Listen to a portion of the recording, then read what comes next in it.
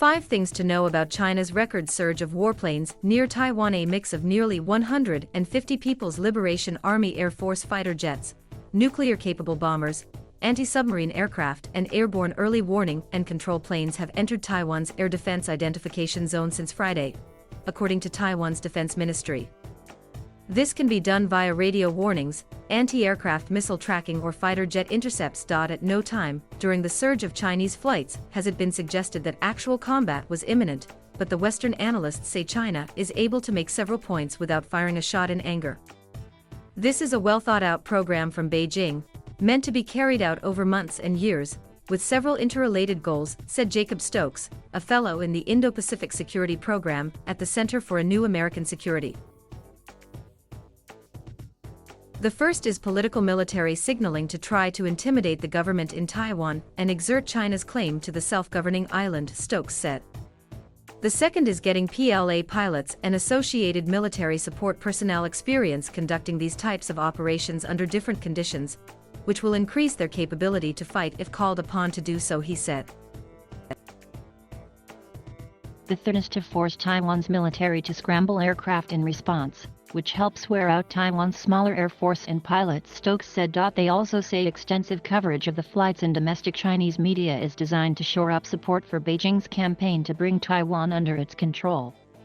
Let's break those 5 points down in relation to the record surge in flights. What is Taiwan doing that angers China? Taiwan and mainland China have been governed separately since the end of a civil war more than 7 decades ago, in which the defeated nationalists fled to Taipei. And Chinese President Xi Jinping has refused to rule out military force to capture Taiwan if necessary. According to Lionel Fatton, an Indo-Pacific affairs expert at Webster University in Switzerland, China needs levers to deter Taiwan from taking undesirable courses of action, especially independence-leaning initiatives. Fatton notes the surge in Chinese flights into Taiwan's ATIS came after Taipei officially submitted an application to join the Comprehensive and Progressive Agreement for Trans-Pacific Partnership Free Trade Pact.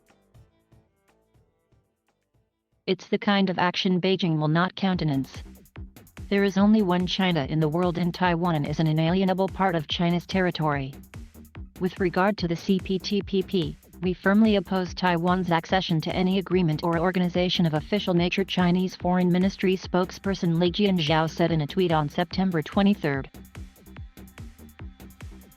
Carl Schuster, a former director of operations at the U.S. Pacific Command's Joint Intelligence Center, said Beijing is signaling to Taipei that it can strike any time it wants. That is a strong message, one accompanying and reinforcing China's threatening rhetoric, he said. And China will be relentless, Fatton said. We can expect China to continue its pressure campaign to make sure its deterrent posture remains strong, he said. On Tuesday, Taiwan's President Tsai Ing-wen indicated the island is not about to buckle under pressure.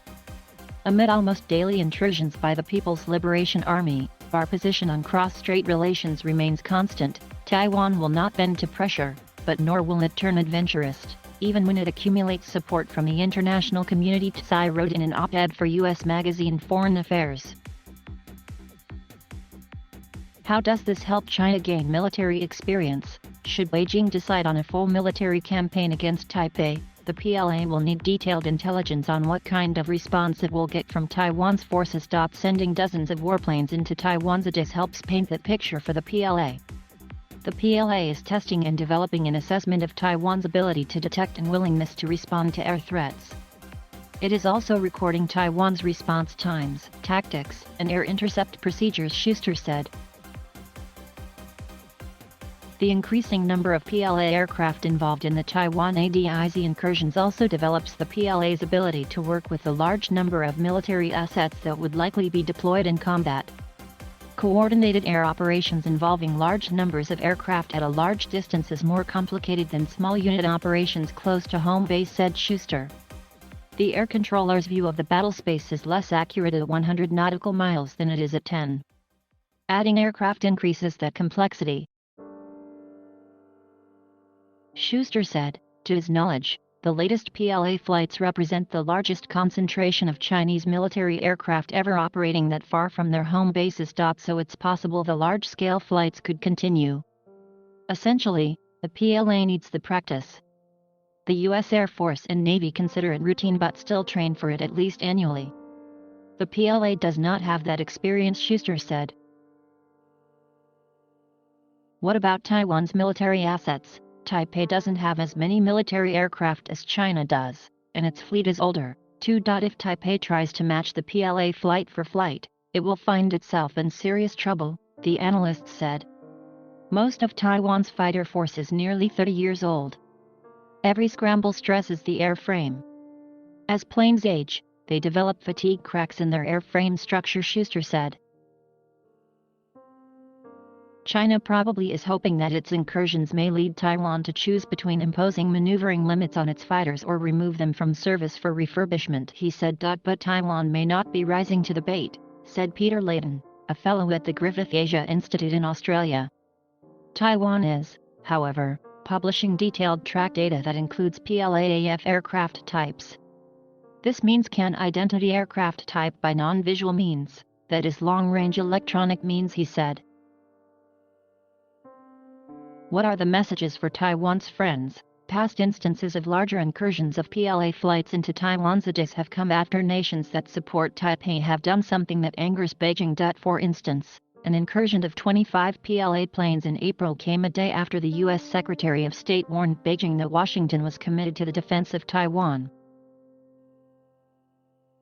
An adjourned incursion of 28 PLA warplanes came after the Group of 7 leaders issued a joint statement scolding China for a series of issues and underscored the importance of peace and stability across the Taiwan Strait. The past week's incursions came as the U.S., Japan, the UK, New Zealand and the Netherlands conducted multilateral naval exercises near Okinawa, just 730 kilometers from Taiwan, according to a statement from Japan's Maritime Self-Defense Force. The exercises involved 2 U.S. and 1 British aircraft carrier. The large-scale Chinese flights, involving dozens of planes, probably had their genesis months ago, Layton said.